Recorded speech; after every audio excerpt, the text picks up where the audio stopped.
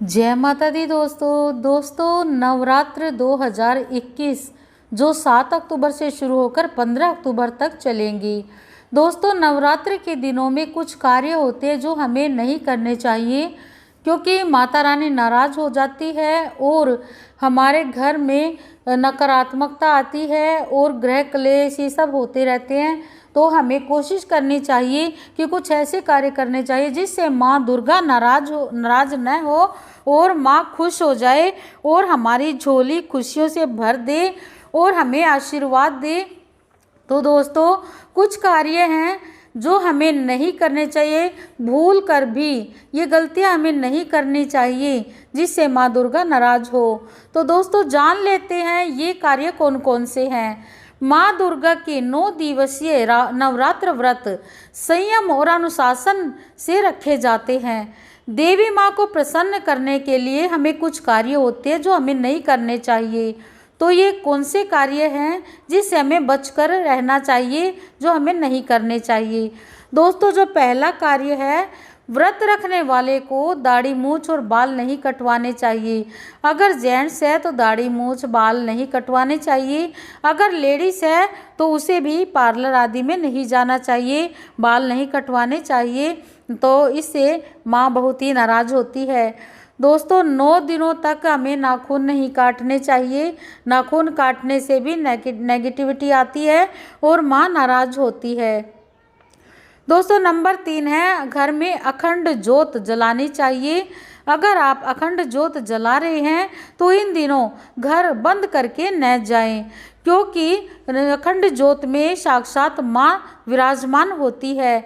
अगर हम घर में ज्योत को छोड़कर जा रहे हैं तो ये सोचिए कि अगर हम माँ को घर में लेके आए हैं तो हम माँ को अंदर बंद करके जा रहे हैं तो माँ क्यों खुश होगी। नाराज़गी की तो अपने आप ही बात है। तो हमें कभी भी ज्योत को अकेला नहीं छोड़ना चाहिए और घर को बंद करके नहीं जाना चाहिए।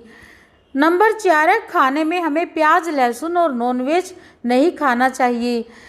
प्याज लहसुन आदि ये तामसिक प्रवृत्ति की चीज़ें बताई गई हैं, क्योंकि जब माँ दुर्गा ने राक्षसों का वध किया था तो उन्हीं के जो खून के छींटे गिरे थे उन्हीं से ये मसाले पैदा हुए हैं। तो इसलिए हमें नवरात्र में या किसी भी व्रत में खाने से परहेज करना चाहिए। नवरात्र में तो 100% प्याज लहसुन नहीं खाएं।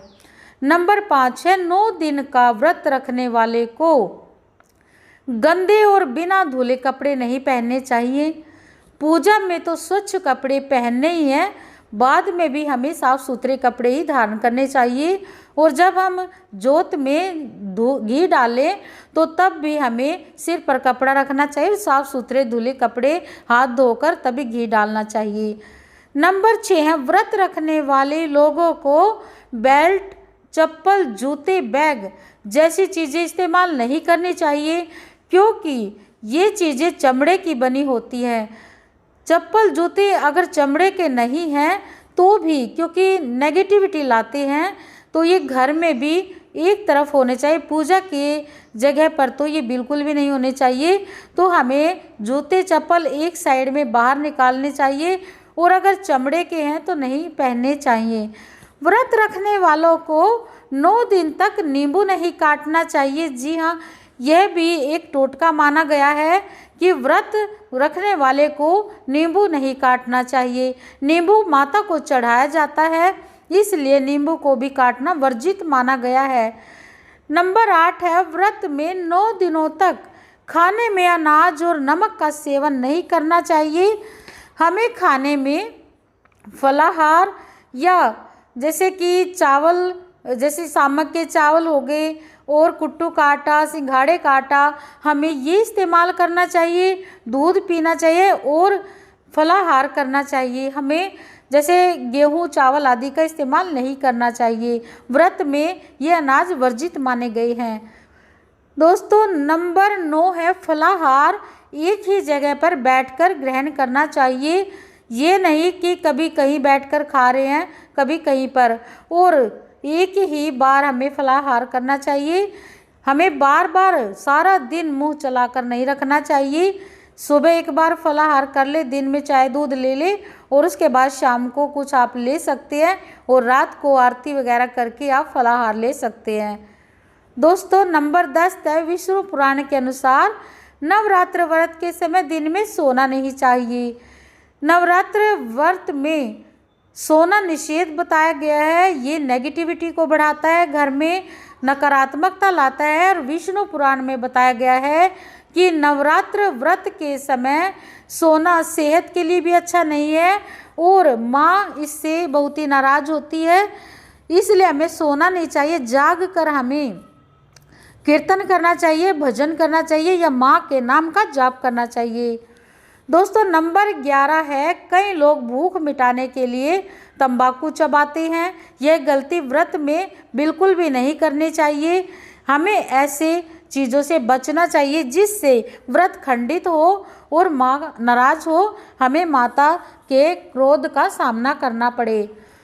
दोस्तों नंबर 11 है, चालीसा मंत्र या सप्तशती पढ़ रहे हैं तो पढ़ते हुए बीच में हमें दूसरी बात बोलने या उठने की गलती कतई नहीं करनी चाहिए। इससे पाठ का फल नकारात्मकता शक्तियाँ ले लेती है, नकारात्मकता में चला जाता है। और नंबर 13 है, शारीरिक संबंध बनाने से व्रत का फल हमें नहीं मिलता। दोस्तों हमें इस चीज़ से भी बचना चाहिए, हमें शारीरिक संबंध नहीं बनाने चाहिए। तो दोस्तों ये कुछ बातें थी, ये 13 उपाय थे जो हमें नवरात्र में नहीं करने चाहिए। ये 13 चीज़ें हमें इनसे बचना चाहिए। तो दोस्तों ये कुछ जानकारी थी, ऐसी जानकारी के साथ हम फिर हाजिर होंगे।